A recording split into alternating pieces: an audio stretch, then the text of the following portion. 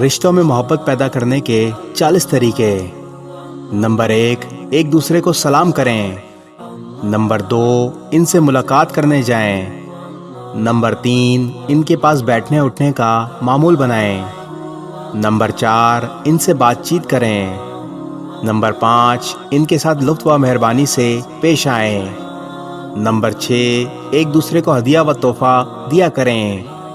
Number 7، اگر وہ دعوت دیں تو قبول کریں۔ نمبر 8، اگر وہ مہمان بن کر آئیں تو ان کی ضیافت کریں۔ نمبر 9، انہیں اپنی دعاؤں میں یاد رکھیں۔ نمبر 10، بڑے ہوں تو ان کی عزت کریں۔ نمبر 11، چھوٹے ہوں تو ان پر شفقت کریں۔ نمبر 12، ان کی خوشی و غم میں شریک ہوں۔ نمبر 13، اگر کسی بات میں ان کو مدد درکار ہو تو ان کی مدد کریں۔ نمبر 14، ایک دوسرے کے خیر خواہ بنیں۔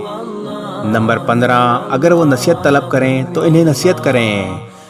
نمبر 16، ایک دوسرے سے مشورہ کریں۔ نمبر 17، ایک دوسرے کی غیبت نہ کریں۔ نمبر 18، ایک دوسرے پر طعنہ نہ کریں۔ نمبر 19، پیٹھ پیچھے برائیاں نہ کریں۔ نمبر 20، چغلی نہ کریں۔ نمبر 21، آڑے نام یعنی غلط نام نہ رکھیں۔ نمبر 22، عیب نہ نکالیں۔ نمبر 23، ایک دوسرے کی تکلیفوں کو دور کریں۔ نمبر 24، ایک دوسرے پر رحم کھائیں۔ نمبر 25، دوسروں کو تکلیف دے کر مزے نہ اٹھائیں۔ نمبر 26، ناجائز مسابقت نہ کریں۔ مسابقت کر کے کسی کو گرانا بری عادت ہے، اس سے ناشکری یا تحقیر کے جذبات پیدا ہوتے ہیں۔ نمبر 27، نیکیوں میں سبقت اور تناسب جائز ہے، جبکہ اس کی آڑ میں تکبر اور ریاکاری نہ کریں۔ نمبر 28، لالچ اور حرص سے بچیں۔